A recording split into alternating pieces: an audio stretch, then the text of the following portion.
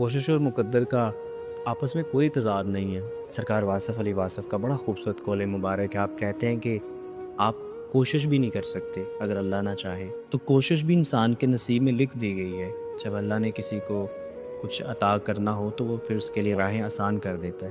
ہم جب بھی یہ بحث چھیڑتے ہیں نا، کوشش کتنی کرنی ہے اور مقدر میں کتنا ہے، تو مقدر کا لکھا ہوا اللہ چاہے تو جھولی میں پھینک دے اور چاہے تو پوری زندگی آپ کو اس کے پیچھے دوڑاتا رہے۔ ہم بہت چھوٹے ٹائم سپین میں سوچ رہے ہوتے ہیں۔ ہمیں لگتا ہے کہ رات کی ہوئی کوشش کا صبح نتیجہ مل جائے۔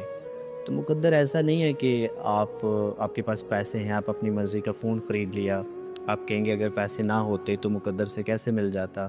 تو کوششیں جو ہیں نا، وہ آپ کو آج کا نتیجہ کل دے دیتی ہیں، کل کا پرسوں دے دیتی ہیں، لیکن کوئی بھی شخص آپ کو یہ نہیں بتا سکتا کہ آج سے 10 سال کے بعد آپ کی زندگی کہاں پہ ہوگی۔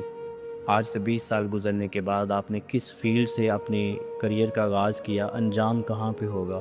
تو بہرحال مقدرات تو ایگزسٹ کرتے ہیں۔ آپ ہر وقت مقدر کے ایک جبر کے اندر قید ہیں، اور بظاہر تو ہمیں یہی لگتا ہے کہ جیسے خدا کی ذات ہمیں اپنی مرضی سے چلا رہی ہے، لیکن میرے استاد بڑے خوبصورت بات کہتے ہیں کہ کائنات میں ایسا کوئی جبر نہیں ہے۔ جبر کہتے ہیں کہ جو کام اللہ نے اپنے اختیار میں لے رکھے ہیں، تو کائنات میں ایسا کوئی جبر نہیں ہے جس میں اللہ نے انسان کے لیے سہولت اور مہربانی نہیں رکھی۔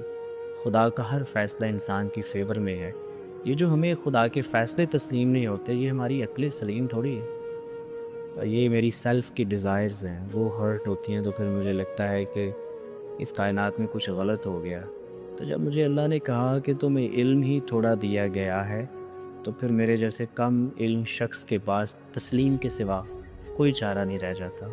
تو ہم کتابوں میں، دین مذہب میں، عقائد میں بہت تحقیق کر سکتے ہیں، لیکن ہم اپنی زندگی کے معاملات و واقعات میں ہمیں بہت ساری چیزوں کو تسلیم کے ساتھ قبول کر کے آگے بڑھنا پڑتا ہے۔ آج جن لوگوں کی زندگی ہمارے لیے آئیڈیل ہے، جن کی زندگی ہمیں اچھی لگتی ہے، ہم ان جیسے بننا چاہتے ہیں، ہم نہیں جانتے کہ وہ اس کی کیا قیمت ادا کر کے یہاں تک پہنچے ہیں۔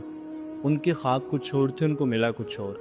تو اس تسلیم کے، قبولیت کے اور بغاوت کے درمیان جو ایک ہیومن کنفلکٹس ہیں، انسان کی جو کائناتی نظام کے ساتھ ایک لڑائی لگی رہتی ہے، اس سے تو کوئی نہیں بچا۔